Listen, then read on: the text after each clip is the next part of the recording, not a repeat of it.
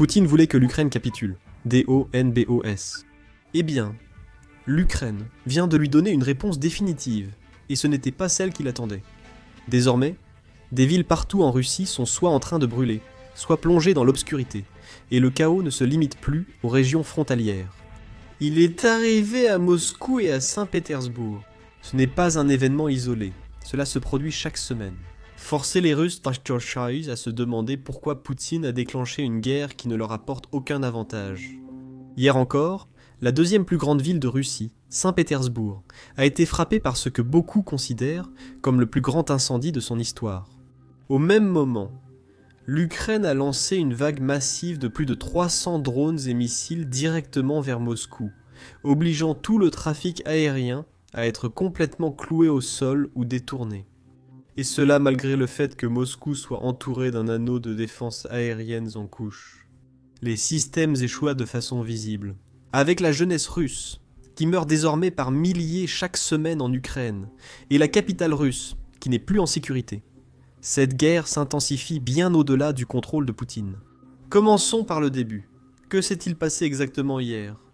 Un grand incendie a touché un marché fermier à Saint-Pétersbourg. C'est le plus grand marché de Russie, et c'est pourquoi beaucoup disent que c'est le plus grand incendie jamais vu. Maintenant, juste pour donner quelques chiffres, l'incendie s'est étendu sur plus de 1500 mètres carrés, soit environ 16 000 pieds carrés. Je ne veux pas être ce type. Je pense que Napoléon a provoqué de plus grands incendies en Russie. Mais n'éveillons pas de vieilles blessures pour les Russes. Ils souffrent déjà. Économiquement, l'incendie de Saint-Pétersbourg était énorme. Ce marché est le plus grand du pays, et il s'y déroulait chaque jour des échanges d'une valeur d'environ 100 millions de dollars. Le Kremlin n'est clairement pas satisfait de la situation. Maintenant, certains comptes russes, comme vous pouvez le voir à l'écran, qualifient cela d'attaque, mais il n'y a aucune preuve que l'Ukraine ait réellement été impliquée. Pour moi, c'est peut-être juste de l'incompétence russe.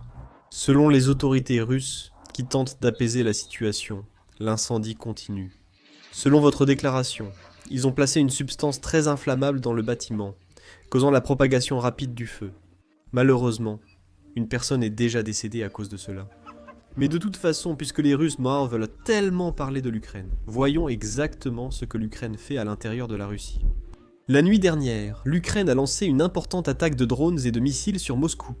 Je ne compte pas tous ces euros, mais d'après des personnes qui s'y connaissent bien mieux que moi, environ 300 drones et missiles sont entrés en Russie, beaucoup visant la capitale.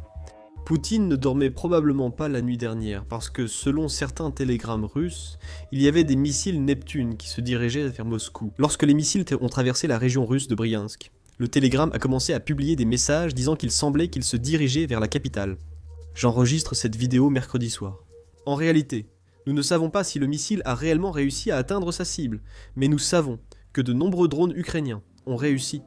Comme nous avons des extraits de résidents russes, écoutons le prochain, où l'on entend la frappe de drones en cours.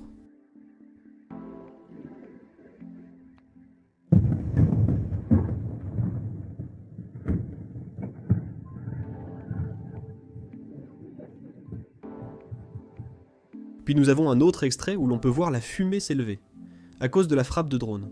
Ou laissez-moi être un responsable russe, à cause des débris du drone. Pauvre Ebonor, voici un boulot, patron. Oh, il a une marque au sol. En fait, c'était une attaque d'une telle ampleur que, comme vous pouvez le voir sur la carte à l'écran, tout le trafic aérien autour de Moscou a dû être redirigé ou cloué au sol. Je vous rappelle que c'est la plus grande ville d'Europe, pas seulement de Russie. Aujourd'hui, ils vivent comme en 1910. Rappelons aussi que cela survient même si Poutine a entouré la ville de défense aérienne. Il y a un anneau de défense aérienne en couche pour éviter précisément ce genre de situation. Et malheureusement, cela ne fonctionne pas. Voici à quoi ressemblait hier l'aéroport Nivoko, situé dans la région de Moscou. Tous les vols ayant été annulés, tout était retardé, et des centaines de passagers russes sont restés bloqués à l'aéroport. Ils souffrent à cause de l'invasion lancée par Poutine. Comme je l'ai déjà mentionné, l'Ukraine a envoyé plus de 300 drones attaquant non seulement Moscou, mais aussi d'autres villes russes. Il y a eu une frappe réussie contre la centrale thermique Grozov de la Russie, qui se trouve dans le district du même nom dans la région de Slomensk. Cette centrale thermique a une capacité électrique de 90 MW, et elle fournissait de l'énergie aux installations industrielles et aux zones résidentielles de la région. Voici la séquence de la frappe. Regardez. Il y a eu une autre attaque contre une centrale chimique appelée Akron dans la région de Novgorod. C'est l'une des plus grandes usines chimiques de Russie. Et certains de ses produits et matières premières servent à fabriquer des explosifs. Cependant, l'armée russe utilise cette usine, ce qui en fait une cible militaire tout à fait légitime. Voici la vidéo de la frappe.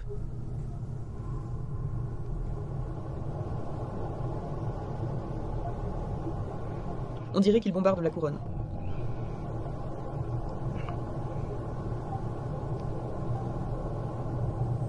Plus tôt dans la journée, un missile de croisière a frappé Raznev.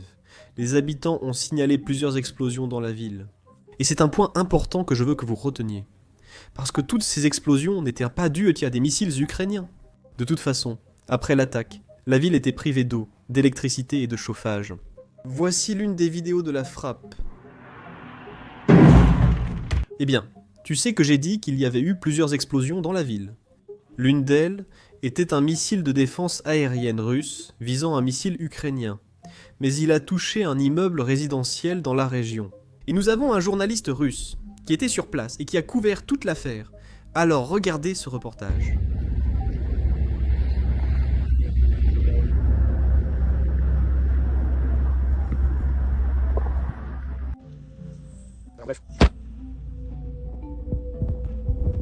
Ça part d'ici, c'est vraiment bruyant. C'est vraiment...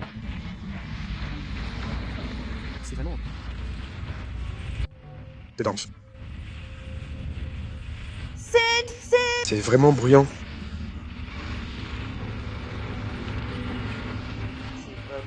C'est vraiment...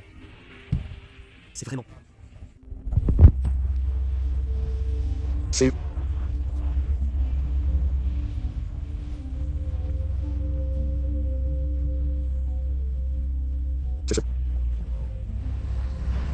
Comme vous le voyez, la situation en Russie est devenue très mauvaise. Et c'est pourquoi les généraux russes, qui se battent réellement pour Poutine dans cette guerre, eh bien, ils ne veulent prendre aucun risque. C'est pourquoi ils envoient leurs familles à l'étranger, dans des villes européennes comme Paris. Je suppose que ces généraux ne jugent pas Moscou et Saint-Pétersbourg sûrs. Et c'est pourquoi, pendant qu'ils profitent de cette guerre, leurs familles mènent une belle vie en Europe. Ce général a été démasqué. Et je pense que Poutine n'appréciera pas cette histoire. Voici les détails. Je suis en Italie. Bonjour, oui. Tandis que Poutine menace l'Europe, la fille d'un général russe passe ses vacances dans des pays ennemis. Papa, maman Naples, maman Nostrombol, maman Venise, papa, maman Paris. Le père militaire d'Anastasia Tokareva ne l'a pas empêché d'obtenir un visa européen. Alexandre Tokarev n'est pas qu'un officier, il est général-major et a récemment parlé devant Poutine. Nous comprenons bien la complexité de la situation militaire, politique et historique actuelle. Maman! Tout comme il y a plus de 80 ans, le nazisme a relevé la tête et tente de dominer le monde. Nous ne le permettrons pas. Apparemment, pour vaincre le nazisme, le général Tokarev a envoyé sa fille directement en territoire ennemi. Maman! Alors, laissez-moi comprendre. Pendant tout ce temps, Poutine affirme que l'Europe n'est pas une vraie civilisation. Poutine considère l'Europe comme une civilisation en déclin, comme l'Union des républiques socialistes soviétiques. Mais les officiers russes, les commandants russes, et même les responsables russes envoient leurs enfants en Europe. Cela montre ce que font vraiment ces responsables russes. Ils volent simplement les citoyens russes. Ils ne se soucient pas du pays. Vladimir Poutine ne se soucie pas du pays. Il possède des maisons à 4 milliards de dollars. Et la même chose se passe avec l'armée russe qui mène cette guerre. Pendant ce temps, les élites volent les soldats russes qui se battent réellement ou sont censés se battre en première ligne. Parce qu'au moins, c'est ce qu'ils croient. Ils ne reçoivent même pas le soutien approprié qu'ils devraient recevoir à cause du système corrompu instauré par Vladimir Poutine. Regardez cet extrait récemment viral en Russie. Les soldats boivent à l'eau d'une flaque sur la route. Voilà la gravité de la situation pour certains soldats russes. On survit comme on peut. Bon sang, on va se débrouiller là-bas.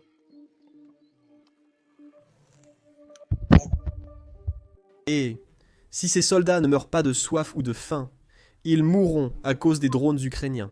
En fait, cela vient d'être confirmé par un habitant de Moscou qui se plaint sur les réseaux sociaux du fait que ses amis et ses frères, partis en Ukraine pour combattre pour la Russie, ont vu leurs corps rapatriés dans des cercueils, en 2 jours, en seulement 2 jours. Selon les données publiques, l'espérance de vie moyenne d'un soldat russe en première ligne est d'environ 9 jours. Mais ces personnes reviennent en 2 jours, selon cette vidéo. Regardez. Oh mec, c'est un cauchemar. Qu'est-ce qui se passe? Beaucoup de gars sont déjà tombés. Des connaissances, des amis proches. J'ai une connaissance, enfin une sorte de connaissance. On traînait dans le même groupe. Il les est resté là-bas 2 jours, c'est tout. Ils l'ont ramené dans un cercueil en zinc. Ouais, sans compter l'entraînement. Mon Dieu. Maintenant, quand vous voyez tout ça, vous pourriez penser que les Russes vont commencer à blâmer Poutine. Peut-être qu'ils seront mécontents de cette guerre. Mais, selon certains Russes, tout cela est la faute de l'Amérique. Tout ce qui se passe à Saint-Pétersbourg, tout ce qui se passe à Moscou ou dans d'autres villes de Russie, et tout ce qui se passe sur les lignes de front, c'est la faute de l'Amérique. Je pense qu'ils apprennent de Poutine, parce que, tout comme Poutine, ils rejettent simplement tous leurs problèmes sur l'OTAN, sur l'Europe ou sur les États-Unis. Regardez. Tous travaillaient à la Syrie. Maintenant, ils disparaissent peu à peu. Sans entreprise structurante ni entrepreneur, il est peu probable que l'État fasse quoi que ce soit ici prochainement, s'ils mettent quelque chose en place. Mais à l'heure actuelle, vu la situation, la façon dont les Américains nous mettent des bâtons dans les roues, entravant notre développement, je ne vivrai certainement pas assez longtemps pour voir ça dans un avenir proche. Même nos enfants qui ont déjà 40 ans ou un peu plus de 40 ans, c'est peu probable pour eux aussi, peut-être seulement pour les petits-enfants. Peut-être qu'alors, Poutine comprendra que l'Union et toutes les entreprises se sont effondrées. Tout doit être reconstruit, les usines, les fabriques, mais l'Amérique nous met des bâtons dans les roues. Aujourd'hui, tout dépend de la politique. C'est amusant de dire que les personnes âgées ne me comprennent pas. Ici, les jeunes boivent tous. C'est drôle de dire que notre météo aujourd'hui dépend des relations politiques avec les Américains. Maintenant, pour être un peu honnête ici, si ma vie était aussi mauvaise, je pense que moi aussi je blâmerais quelqu'un d'autre. Passons à du positif. C'est sûrement l'une des histoires les plus drôles de cette guerre. Des hackers polonais ont piraté, ou plutôt, ont infiltré le système informatique d'un hôtel russe, et ont commencé à troller les employés en faisant semblant d'être des fantômes dans l'hôtel. Voici ce qui s'est passé. Ils ont pris le contrôle des caméras, et modifié les vidéos et images affichées aux employés russes. Dans ces nouvelles vidéos, ils déplacent des objets pour effrayer la personne à la réception. Donc, quand l'employée a vraiment été effrayée, elle a sorti son téléphone pour enregistrer des preuves de ce qui se passait dans l'hôtel. Je suppose qu'elle voulait montrer à ses amis et à son patron qu'il y a de vrais fantômes dans le bâtiment. Mais dès qu'elle prend son téléphone, l'écran devient noir. C'est parce qu'ils pouvaient voir ses actions grâce à une caméra de vidéosurveillance qu'ils utilisaient pour la surveiller. Comme on le voit sur la vidéo, juste avant que l'écran noircisse, ils voyaient les paris défiler sur la caméra de surveillance. Et pour être honnête, si je voyais ça, surtout la nuit, je pèterais un câble. Je quitterais probablement le bâtiment. Ce genre de choses montre bien ce qu'était la guerre moderne. Drones, missiles, et désormais même les paris volent. Donc toute cette blague a en fait duré 2 jours. Et le hacker, heureusement, est un youtubeur. C'est un youtubeur polonais qui a publié une vidéo de 30 minutes expliquant comment il a piégé les employés russes. Donc si vous avez 30 minutes, je vous recommande vivement d'aller regarder cette vidéo. Maintenant, elle est en polonais. Les sous-titres automatiques de YouTube sont corrects. Vous pouvez apprécier la vidéo, alors si vous avez 30 minutes, regardez-la. Je vais afficher la vidéo à l'écran et ajouter le lien en description. C'est tout pour aujourd'hui. Je m'appelle Sam. Pensez à vous abonner en cliquant en bas si ce n'est pas déjà fait. Et à bientôt pour la prochaine vidéo. Au cours des derniers mois, la machine de propagande russe nous harcèle en ligne. Ils essaient de nous faire bannir de YouTube. Leurs bots russes continuent de nous attaquer sur Twitter. Et ils signalent nos vidéos qu'ils ne veulent pas que les autres voient. Mais nous n'abandonnerons pas parce que nous croyons vraiment au pouvoir du journalisme indépendant. Nous savons tous pourquoi ils essaient de nous arrêter. C'est parce qu'ils ont peur que nous vous apportions la vérité sur ce qui se passe en Ukraine. Ils ont peur car nous voyons à travers leurs mensonges. Aujourd'hui, nous voulons les effrayer davantage. Nous avons récemment lancé notre plateforme Basics Insider. Sur cette plateforme, nous diffusons des vidéos exclusives et échangeons avec des experts tels que des généraux américains, des Navy Seals et des auteurs à succès. Nous analysons également les dernières actualités provenant du front Russie-Ukraine et du monde entier. Regardez tout cela via le premier lien dans la description ou en scannant le QR code à l'écran. Vous pouvez aussi visiter basicsinsider.com. Votre soutien serait précieux pour l'équipe de Business Basics.